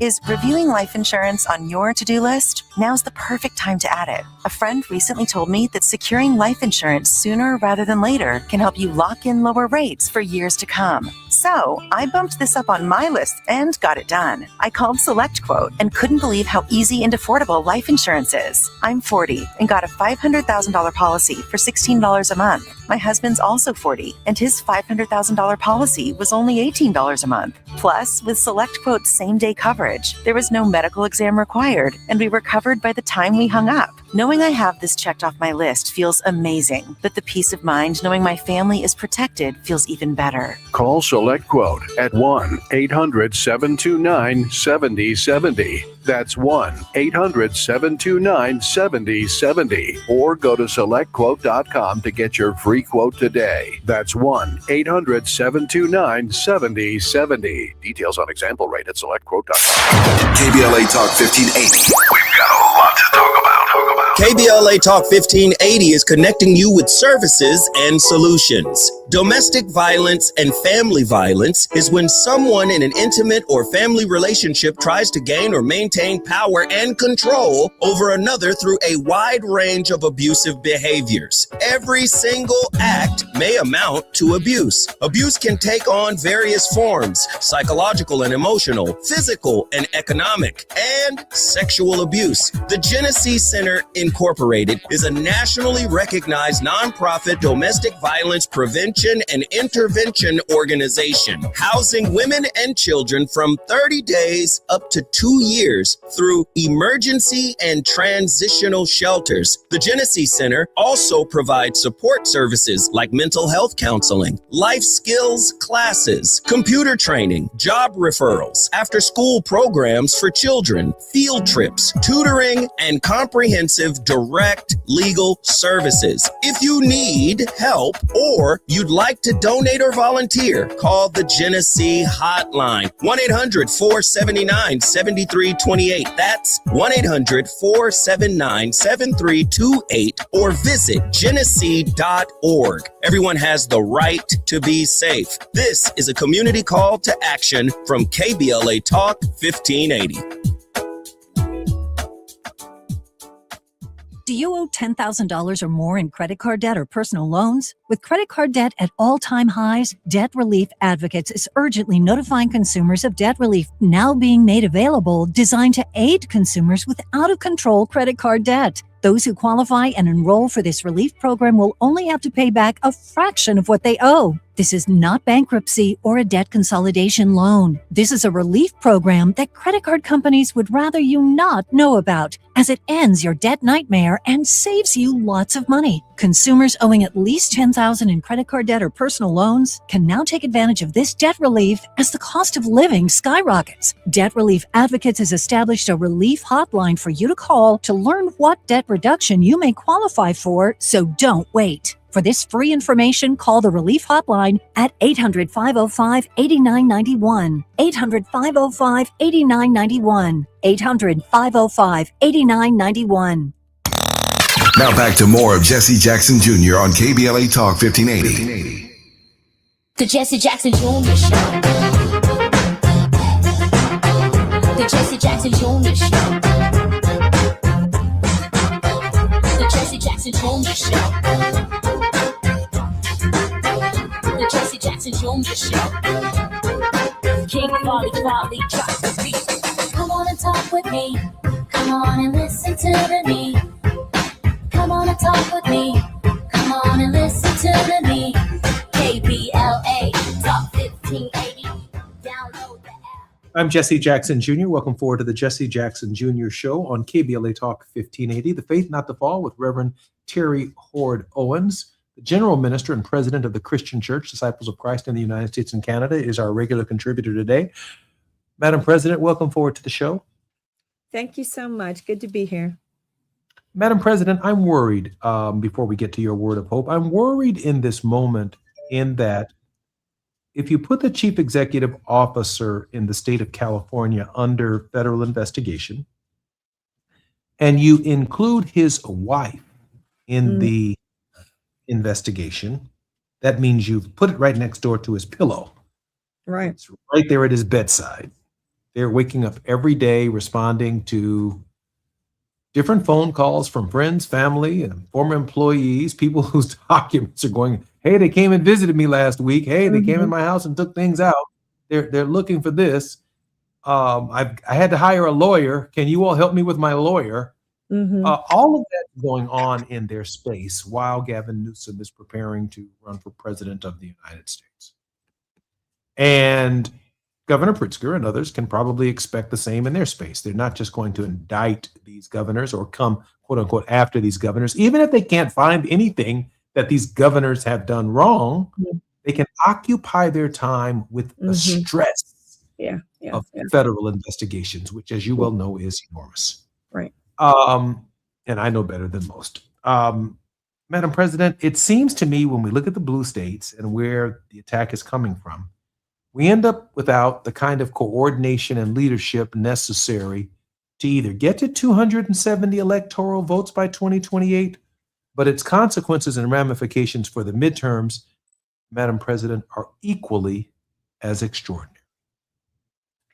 Yeah, and I'm as concerned about these process issues in terms of how these investigations are conducted. Before we get to the other part of your question, but there was a group of former federal judges who wrote and outlined the irregularities and illegalities of the process that was used to get it, whatever this agreement was on this $1.8 billion slush fund, right?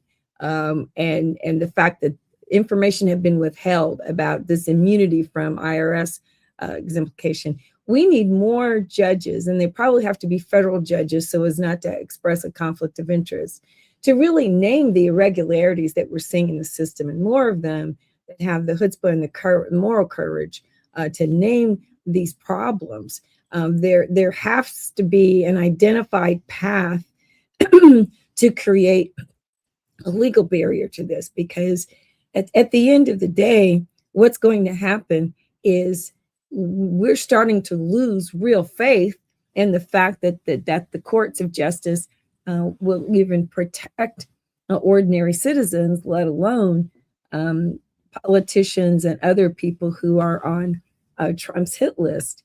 One of the things that we're scared about in terms of the midterms is violation of the sovereignty of the states in terms of how they manage and operate their own elections. We don't have enough people calling out the illegalities of what's going on. And I think that has to be a tool of our, what people are calling election defense to ensure that these elections are not sabotaged through some subterranean illegal activity.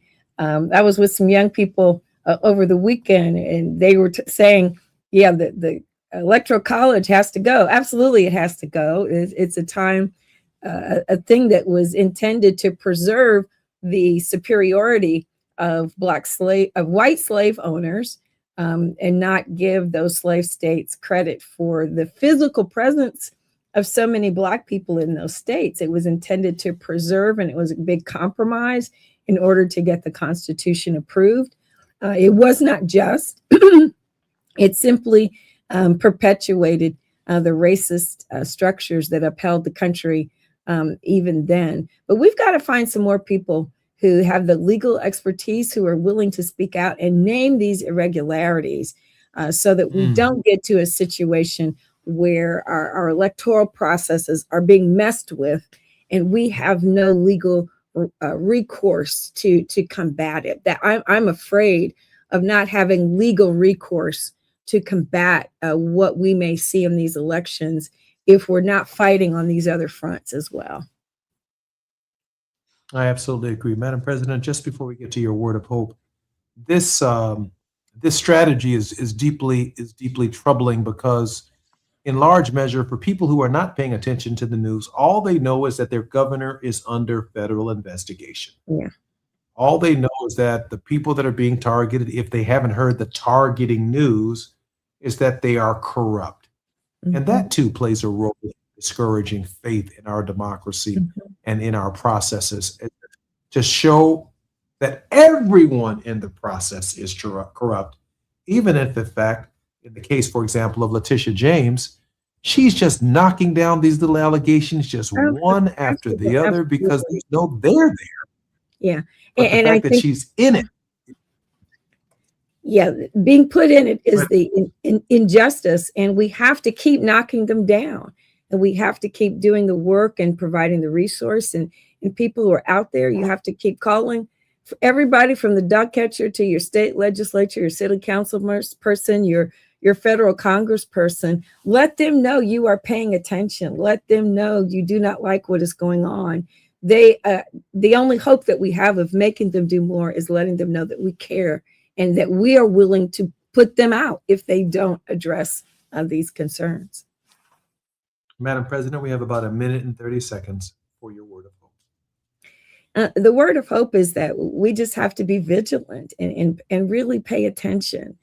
There is still power in our hands. I was with William Barber over the weekends, and he talked about the tribe of Ephraim having all the weapons they need, but not entering the fight. So we can't sit back and not vote. We can't have thoughts and opinions and not speak. We can't have authority and not act. We have to get in the fight. So you all don't be discouraged. Let's stay in the fight and figure out how we can use the weapons that we have to fight for justice. We've been listening to Reverend Terry Hord Owens on the 110, the 118, the 10, the 5, the 101, and the 405 on Sepulveda, on Ventura, Gardena, the Hills. We are all together right here on KBLA Talk 1580. Look forward to seeing everybody on Friday at the Beehive from 4 to 7 p.m., where we will celebrate the 5th anniversary of our independent voice, KBLA Talk 1580, in Lamert Park.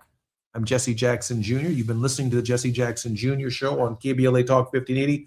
More when we come forward in just a moment. KBLA 1580 Santa Monica.